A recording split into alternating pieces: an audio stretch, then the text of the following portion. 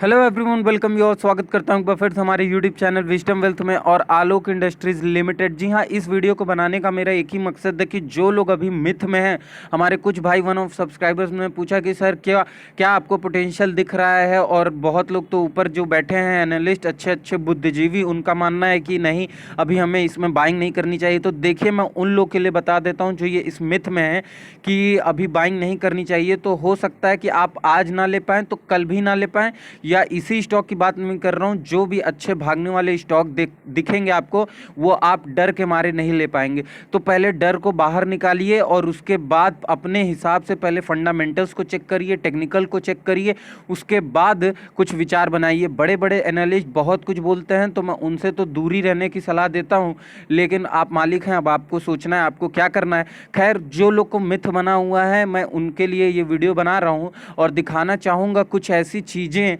आलोक industries के limited पे। Direct उसकी वेबसाइट पर मैं आ गया हूं, अगर आपने नहीं देखी है तो अभी तक तो इस वीडियो के माध्यम से ज़रूर आप देख लेंगे। देखिए, वीडियो में आगे जाने से पहले एक छोटी सी रिक्वेस्ट करता हूं। देखिए, आप पूरी वीडियो तो देखते हैं, लाइक भी करते हैं, बट सब्सक्राइब करना भूल जाते हैं। तो मैं पहले ही आपको याद दिला देता हूँ कि सब्सक्राइब कर लीजिए, बेल नोटिफिकेशन ऑन कर लीजिए, जिससे कि सारे लेटेस्ट अपडेट आपको मिलती रहें।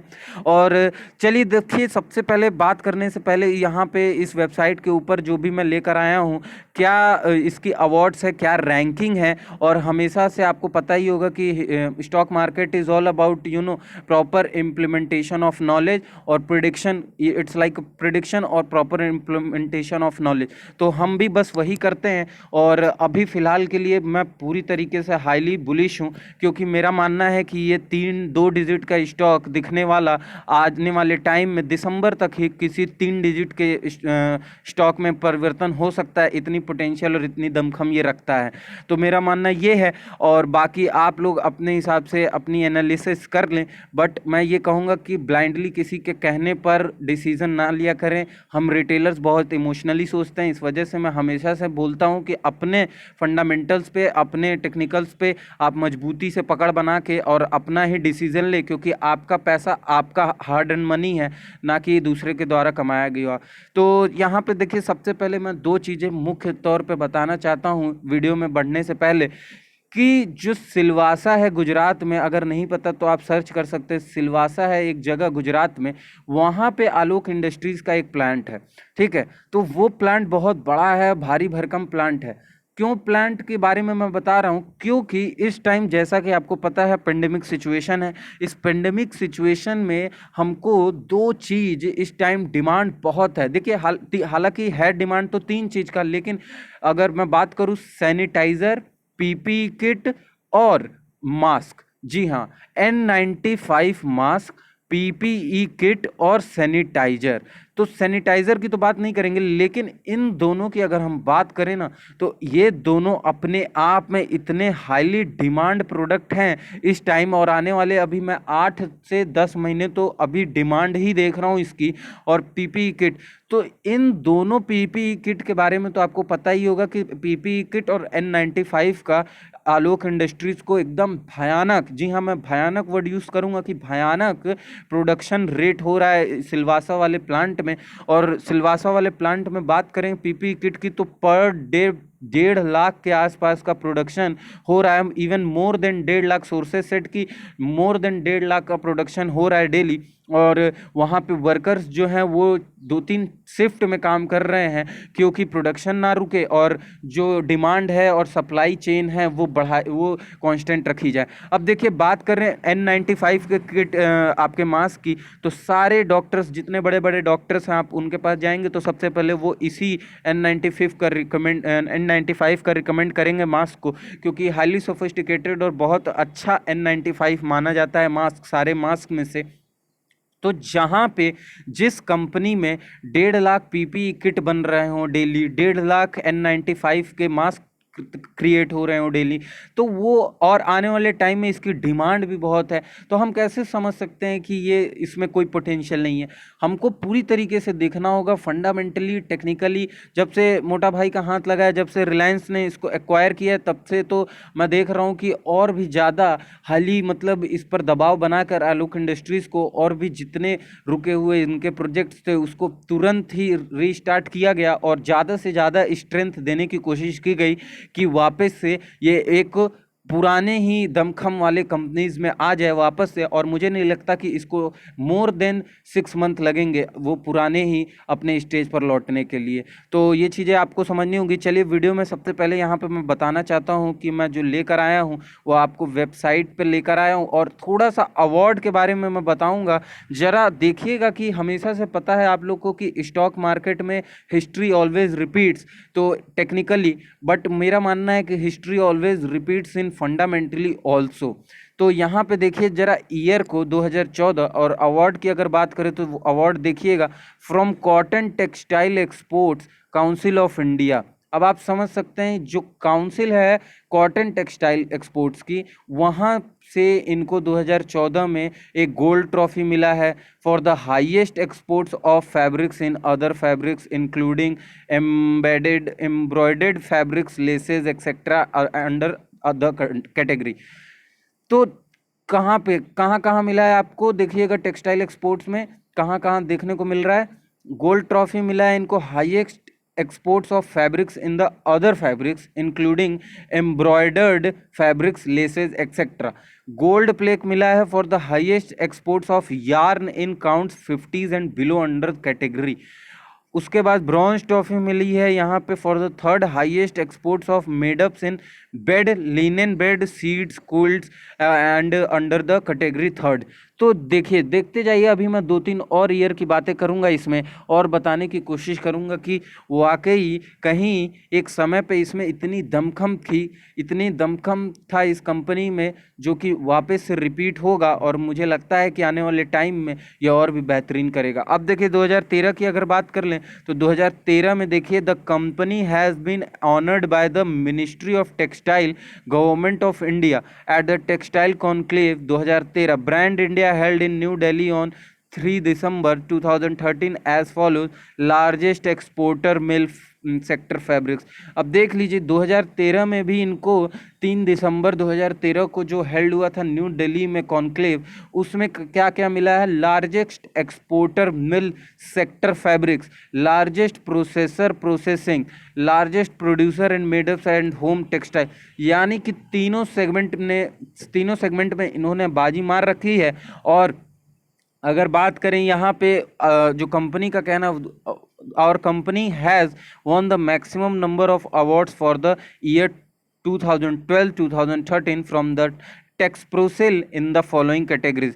अब यानी कि कंपनी क्या कह रही है और कंपनी को क्या मिला है 2012 और 13 में हाईएस्ट नंबर या maximum number of awards for the year 2012 and 13 from Texprocil. यानी कि सबसे ज़्यादा 2012 और 13 में इनको ये अवार्ड्स मिले हैं, और टेक्सप्रोसेल की तरफ से पूरे मिला लें अगर कंपनी को तो सबसे ज़्यादा मैक्सिमम अवार्ड जो है वो आलोक इंडस्ट्रीज़ को मिला है। अब यहाँ पे बात कर लेते हैं फिर से थोड़े शॉर्ट टर्म में कि क्या क्या मिला है। Gold trophy for the highest exports of bleach died yarn died printed fabrics, gold trophy for the highest export for bed linen bed sheets quilts and in made-ups.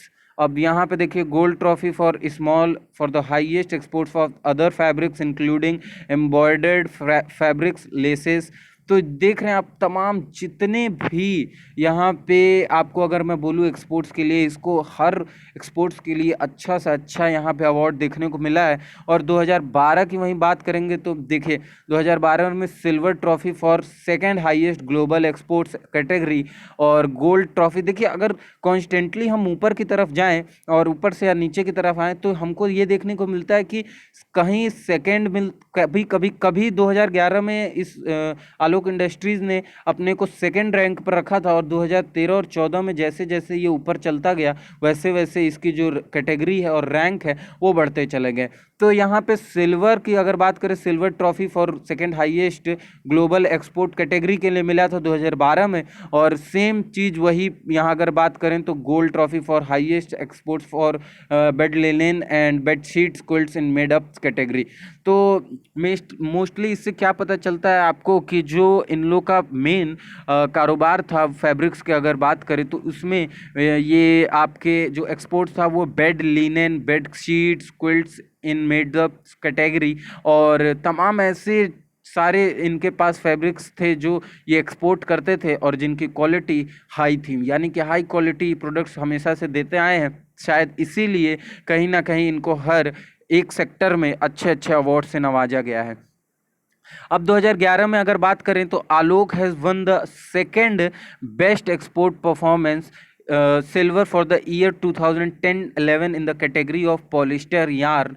Alok has won export awards in 3 categories for the year 2010-11. तो यहाँ पे भी मैं जैसा कि आपको बताया कि जैसे जैसे ग्रेजुअली हम ऊपर की तरफ जा रहे हैं, यानी कि 2011 से 12, 12 से 13, तो हमको क्या देखने को मिल रहा है कि कहीं थर्ड प्लेस, कहीं सेकंड प्लेस, एंड जैसे जैसे ऊपर की तरफ गए वहाँ फर्स्ट प्लेस पर भी हम पहुँच चुके हैं।